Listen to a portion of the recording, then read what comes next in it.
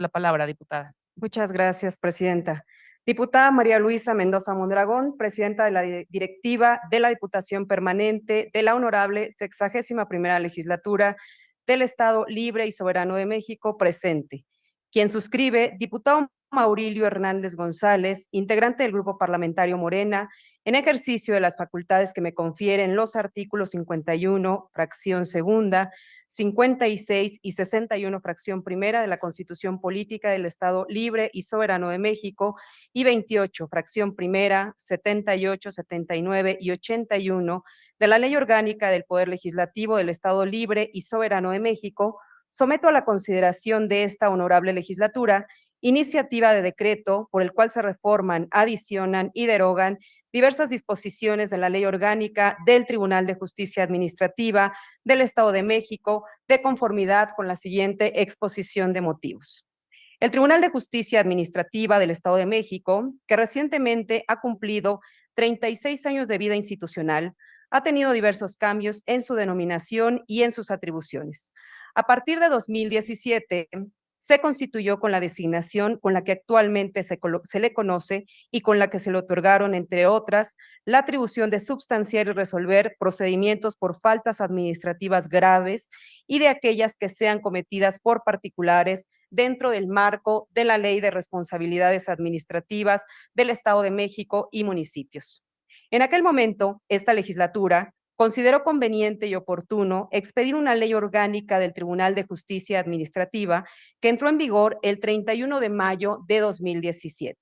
de manera coordinada con diversos ordenamientos jurídicos que fueron expedidos para dar sustento a la reforma en el ámbito federal de combate a la corrupción plasmada en la Constitución, publicada en el Diario Oficial de la Federación del 27 de mayo de 2015. Con la pretensión de armonizar la legislación estatal a aquella reforma constitucional para dar vigencia a la creación y operación de los sistemas estatal y municipal anticorrupción, se consideró a ese tribunal como uno de sus pilares en atención a las atribuciones en esa materia, que se le otorgaron para combatir la corrupción a través de salas especializadas. En esa ley se hacía referencia, entre otros órganos, a un Consejo de la Justicia Administrativa y a una visitaduría jurisdiccional, así como a una facultad del tribunal para emitir opiniones a las consultas que se le formulen los entes públicos con derecho para iniciar leyes y decretos en materia administrativa y fiscal. Sin embargo, solo tuvo una vigencia de poco más de un año, porque el 31 de agosto de 2018 se publicó en la Gaceta del Gobierno del Estado de México la Ley Orgánica del Tribunal de Justicia Administrativa del Estado de México, que se encuentra vigente, en la cual se dispuso desaparecer tanto al Consejo de la Justicia Administrativa como a la Visitaduría Jurisdiccional para otorgarle en su mayoría sus atribuciones a la Junta de Gobierno y Administración. Se ampliaron las atribuciones del presidente del tribunal, a quien se le permitió delegar todas sus atribuciones, y se redujeron sustancialmente las atribuciones del Pleno, para turnarlas también a la Junta o al presidente. Entre ellas, las concernientes a fijar y cambiar de adscripción a los magistrados del tribunal, nombrar al secretario general del Pleno, a los secretarios generales de acuerdos, directores y jefes de unidad, o aprobar anualmente el proyecto de presupuesto del tribunal. Actualmente, el tribunal en materia jurisdiccional se encuentra integrado por 4 secciones, 3 de las cuales tienen competencia en jurisdicción ordinaria administrativa y una especializada en responsabilidades administrativas, y 9 salas regionales, 2 de las cuales tienen también competencia especializada y 7 en jurisdicción ordinaria, además de contar con 2 magistrados supernumerarios y un magistrado consultor.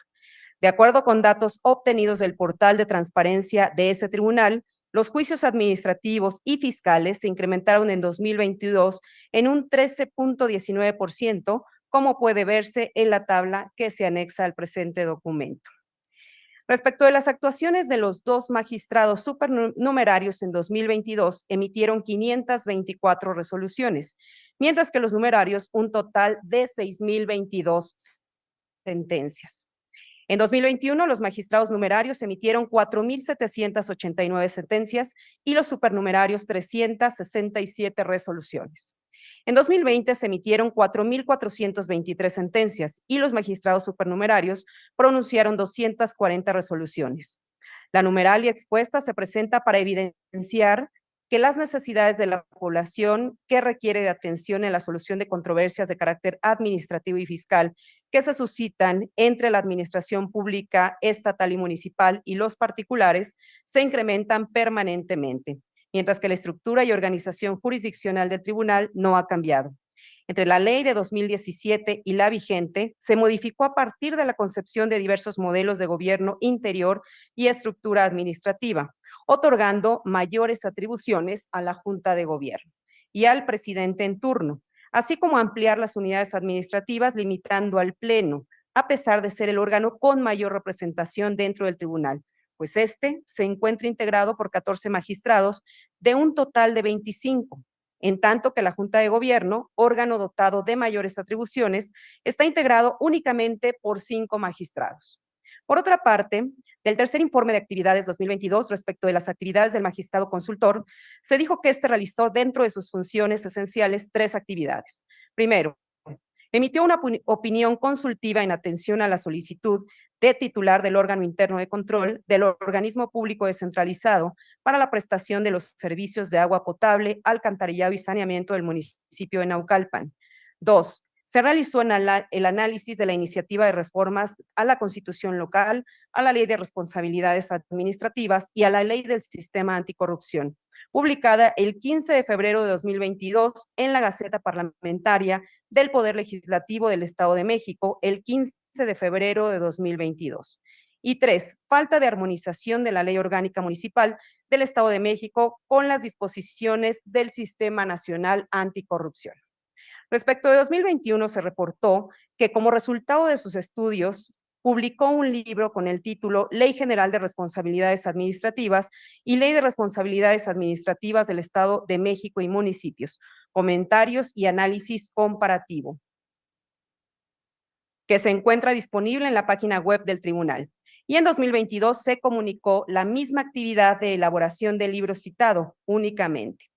En el presupuesto de egresos del Gobierno del Estado de México para el ejercicio fiscal 2023, esta legislatura aprobó al Tribunal de Justicia Administrativa un presupuesto por 287,242,648 pesos, lo que significó un incremento de 67,242,648 pesos con relación al anterior ejercicio fiscal,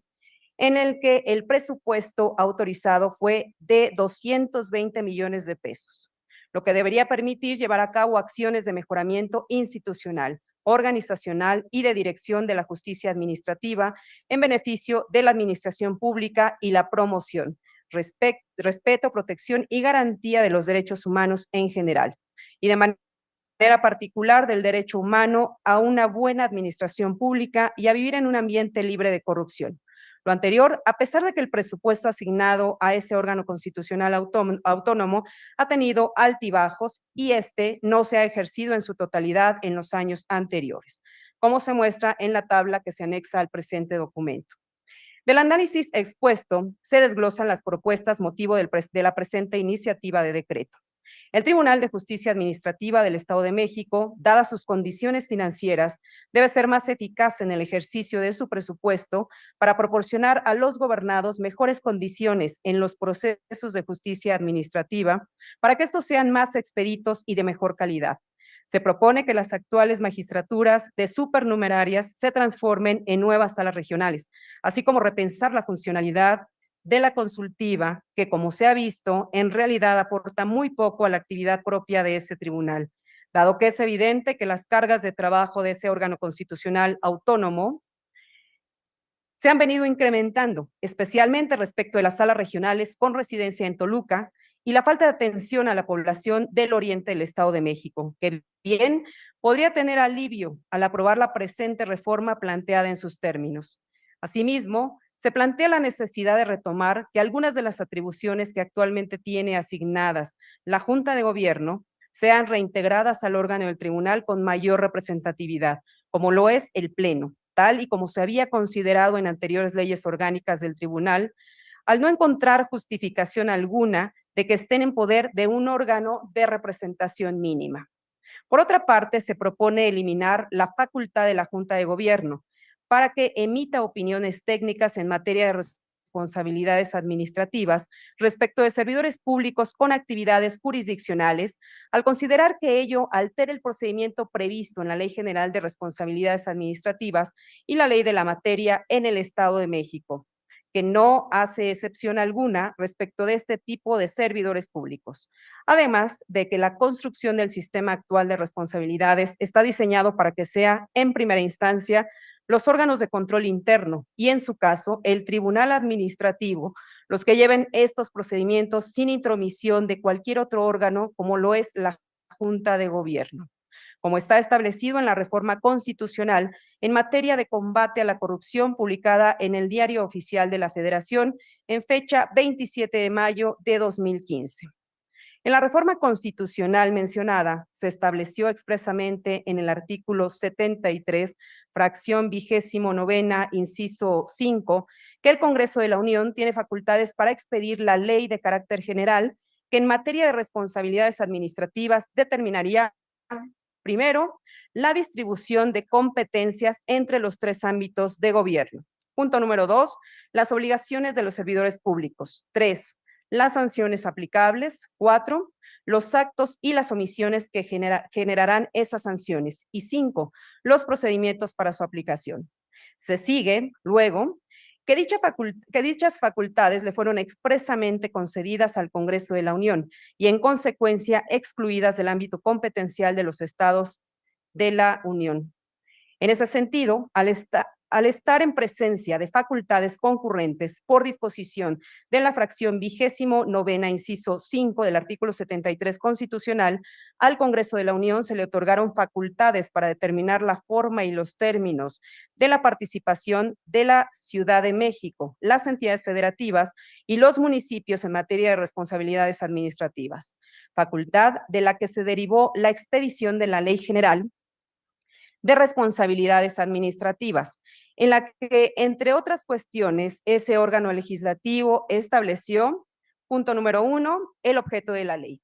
Establecer, según lo dispone el artículo 2, fracción 2ª. Inciso A, las faltas administrativas graves y no graves de los servidores públicos. Inciso B, las sanciones aplicables a las mismas. Inciso C, los procedimientos para su aplicación. Inciso D, las facultades de las autoridades competentes para tal efecto. Entonces, debemos entender que fue el Congreso de la Unión, de conformidad con la fracción 29ª, inciso 5 del artículo 73, con relación al 124, ambos de la Constitución Federal, que fueron establecidos en la citada Ley General las faltas administrativas y el procedimiento, las sanciones y las autoridades competentes, y por consecuencia relevadas de la esfera competencial de las entidades federativas. Procedimiento dentro del cual no se aprecia que pueda haber injerencia de un órgano, dependencia o unidad administrativa diversa a los órganos internos de control, o en su caso, del propio Tribunal de Justicia Administrativo, en función eminentemente jurisdiccional, salvo que el mismo ordenamiento, es decir, la ley general citada, expresara alguna excepción, lo que en el particular no existe y cuyas competencias el Congreso de la Unión estableció en el artículo 9 de la citada ley. Por tal motivación, se propone que se limite la facultad establecida en el artículo 25 de la ley en materia de la presente iniciativa para que las atribuciones que le otorgan al presidente del tribunal no sean delegadas por considerar que alguna de estas son intereses al cargo y, por lo tanto, solo algunas podrán ser delegadas. Es cuanto, Presidenta. Firma el diputado presentante Maurilio Hernández González. Gracias, diputada. Se registra